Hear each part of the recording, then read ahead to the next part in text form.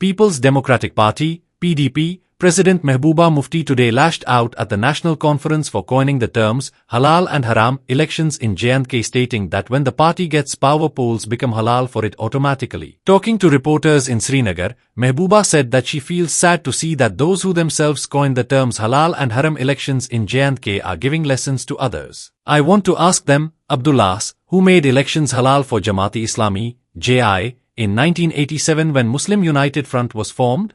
Who resorted to rigging in the same elections so that no other alternative pops up against NC, she said. She said when NC gets power, polls become halal for it, and when they remain out of the power, the party calls elections as haram. The PDP chief said that the party pioneered plebiscite movement for 22 years with an aim to merge Kashmir with Pakistan but failed and later grabbed power by terming elections halal.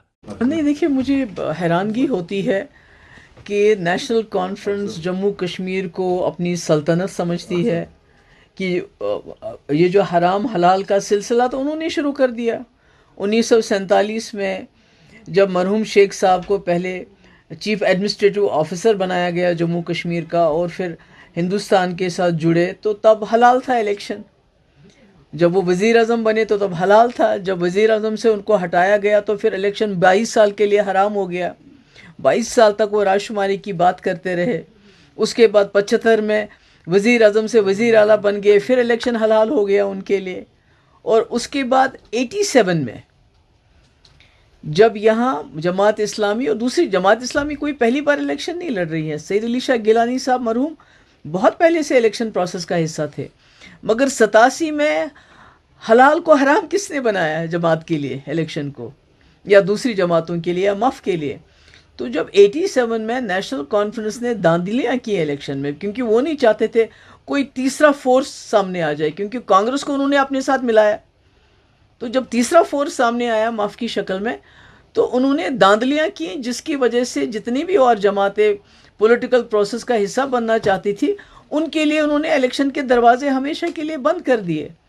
اور تب سے یہ جو حلال حرام کا سلسلہ تو انہی کا شروع کیا گیا ہے. 22 سال تو یہ لوگ الیکشن میں حصہ ہی نہیں لے رہے تھے، کہہ رہے تھے ہم نے رائے شماری کرانی ہے، ہم نے جموں کشمیر کو آزاد کرنا ہے، ہم نے پاکستان کے ساتھ جانا ہے اور الیکشن لڑنا حرام ہے. تو مجھے بڑا افسوس ہے کہ اگر جماعت اسلامی الیکشن لڑنا چاہتی ہے بہت اچھی بات ہے. جمہوریت خیالات کی جنگ ہے اور اس میں جب جو چاہے آ سکتا ہے، اور ان کو میں تو سرکار سے یہ بھی کہتی ہوں ان کا بین ہٹایا جانا چاہیے.